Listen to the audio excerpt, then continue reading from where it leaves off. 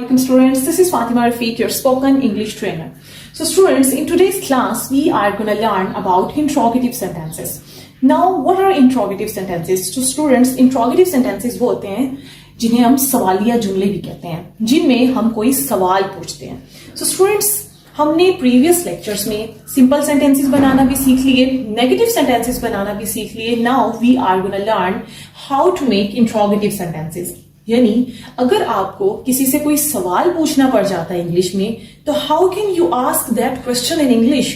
तो स्टूडेंट्स, आज हम ये सीखेंगे कि किस तरह आप इंग्लिश में किसी से सवाल पूछ सकते हैं. तो स्टूडेंट्स, फॉर्मूला हमारा वही रहेगा जो हमने फर्स्ट डे यूज किया था, subject plus verb plus object. ठीक है, उसी के अंदर हम फर्दर एडिशन वगैरह करके हम यूज करेंगे. अच्छा, सो स्टूडेंट्स, हमने लास्ट क्लास में हमने डज नॉट और डू नॉट लगाकर नेगेटिव सेंटेंस बनाए थे. स्टूडेंट्स, याद रखें, अगर आपको नेगेटिव सेंटेंस बनाना आता है ना, तो आप इंट्रोगेटिव सेंटेंस इजीली बना सकते हैं. किस तरह? सो इसको देख लेते हैं. तो स्टूडेंट्स, ये हमने फॉर्मूला यूज करके नेगेटिव सेंटेंस बनाया था, सब्जेक्ट प्लस डू और does not plus verb plus object. Students, हमने सिंपल सा ये फॉर्मूला यूज करके नेगेटिव सेंटेंस बनाया था. अभी जैसे कि मैंने आपसे कहा कि अगर आपको नेगेटिव सेंटेंस बनाना आता है तो आपके लिए इंट्रोगेटिव सेंटेंस बनाना मुश्किल नहीं है. कैसे? ये हमारा नेगेटिव सेंटेंस था. हमने क्या किया स्टूडेंट्स कि ये जो हमारा नेगेटिव सेंटेंस था, इसके अंदर हमने डू और डस को यूज किया था. Now what did we do? हमने जस्ट ये डू और डस को उठा के जुमले के स्टार्ट में ले आना है और आखिर में क्वेश्चन मार्क लगा देना है. बाकी सारा सेंटेंस वैसे ही रहेगा. तो स्टूडेंट, ये आपका इंट्रोगेटिव सेंटेंस बन गया, यानी सवालिया जुमला बन गया. हमने क्या किया? हमने प्रीवियस क्लास में नेगेटिव सेंटेंस बनाया था. किस तरह? सब्जेक्ट, उसके बाद डू या डस नॉट लगा के, फिर वर्ब या ऑब्जेक्ट. ठीक है, यानी हमने डू या डस नॉट लगा के हमने एक नेगेटिव सेंटेंस बनाया था. अब हमने उस सेंटेंस को इंटरोगेटिव सेंटेंस में, ठीक है.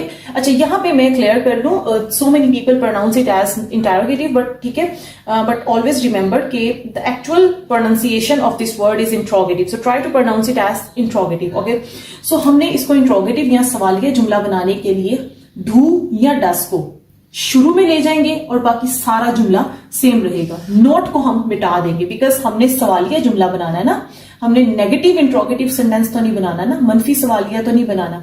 तो हमने क्या चेंजिंग्स की? वही जो हमने नेगेटिव सेंटेंस बनाने के लिए जो फॉर्मूला यूज किया था, उसमें से हमने डू या डस को बस उठा के शुरू में ले आना है, नोट को खत्म कर देना है, बाकी सारा सेंटेंस वैसे ही रहेगा. और आपको पता है कि जब हम सवाल पूछते हैं तो आखिर में क्वेश्चन मार्क लगाते हैं. सो स्टूडेंट्स, ये सिंपल सी हमने एक तो चेंजिंग्स करके अपने नेगेटिव सेंटेंस को हमने इंट्रोगेटिव या सवालिया जुमले में कन्वर्ट कर लिया. सो बहुत इजी है स्टूडेंट्स, थोड़ा सा गौर करेंगे तो आपको जरूर समझ आ जाएगा. आगे एग्जाम्पल्स के थ्रू हम मजीद समझ लेते हैं. तो स्टूडेंट्स, हमने पिछली क्लास में जो सेंटेंस बनाया वो क्रिकेट खेलते हैं.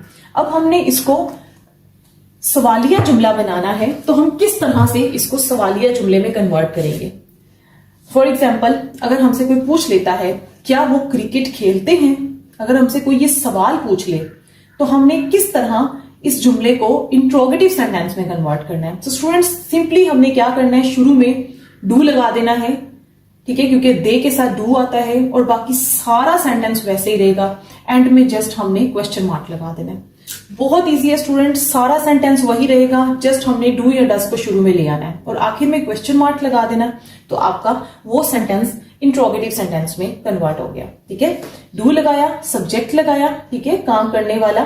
ठीक है, हम इसके हवाले से हम तफसील से पढ़ चुके हैं कि सब्जेक्ट क्या होता है, जो काम कर रहा होता है. सब्जेक्ट दे है, फिर हमने वर्ब लगाया, फिर हमने ऑब्जेक्ट लगाया.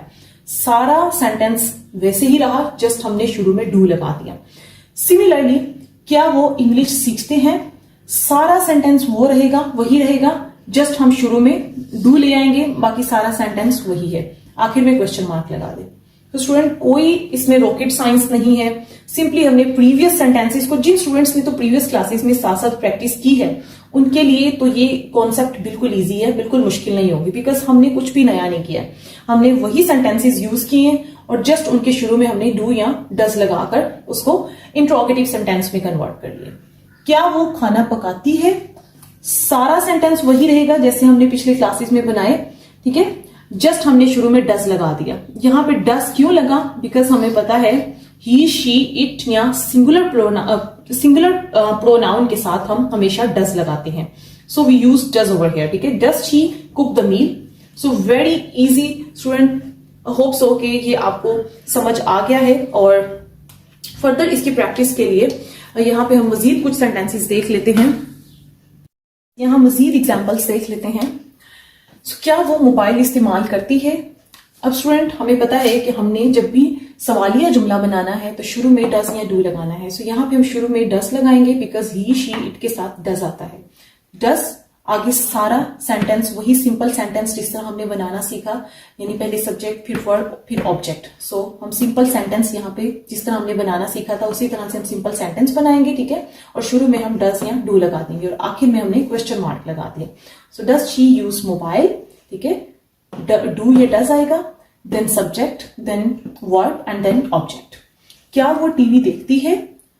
सिमिलरली शुरू में हम डू या डस लगाएंगे, लेकिन यहां पर शी है तो इसके साथ हमेशा डज आता है बिकॉज ही, शी, इट के साथ डज आता है। डज शी वॉच टीवी, ठीक है।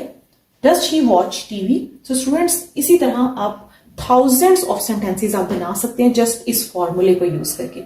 नाउ अब सब कुछ स्टूडेंट्स वही वाली बात, as I told you in previous lectures as well, कि जितनी प्रैक्टिस आप ज्यादा करते जाएंगे उतना ही ज्यादा आप लर्न करते जाएंगे। स्टूडेंट याद रखें, लिखते हुए आपको सोचना पड़ता है, ठीक है। लेकिन अगर आपकी प्रैक्टिस अच्छी होगी तो आपको लिखते हुए क्या, बोलते हुए भी सोचने की जरूरत नहीं पड़ेगी और आप इजीली विदाउट एनी हेजिटेशन आप फ्लुएंटली इंग्लिश में बात कर सकेंगे। सो कोशिश करें कि इन सेंटेंसेस को प्रैक्टिस करने के साथ साथ कोशिश करें इनको बोले भी, ठीक है। इनको बोलकर भी प्रैक्टिस करें, जैसे जैसे आप लिख के प्रैक्टिस करें साथ साथ इनको बोला भी करें, ताकि आपकी स्पीकिंग भी अच्छी हो, ठीक है। और ग्रामर के साथ साथ आप स्पीकिंग करके भी और लिसनिंग के थ्रू भी आपकी इंग्लिश इंप्रूव होती है। सो स्टूडेंट्स आज के लिए इतना ही काफ़ी है, वरना वीडियो ज़्यादा लंबी हो जाएगी। सो कोशिश करें जो आज सिखाया गया उसकी प्रैक्टिस ज़रूर करें, और वीडियो अगर अच्छी लगे तो उसको लाइक, शेयर और सब्सक्राइब ज़रूर करें चैनल को। और in case of any question you can ask us. कोशिश करें जो भी क्वेश्चन हो वीडियो के नीचे कमेंट सेक्शन में क्वेश्चंस लास्ट में पूछें। Thank you.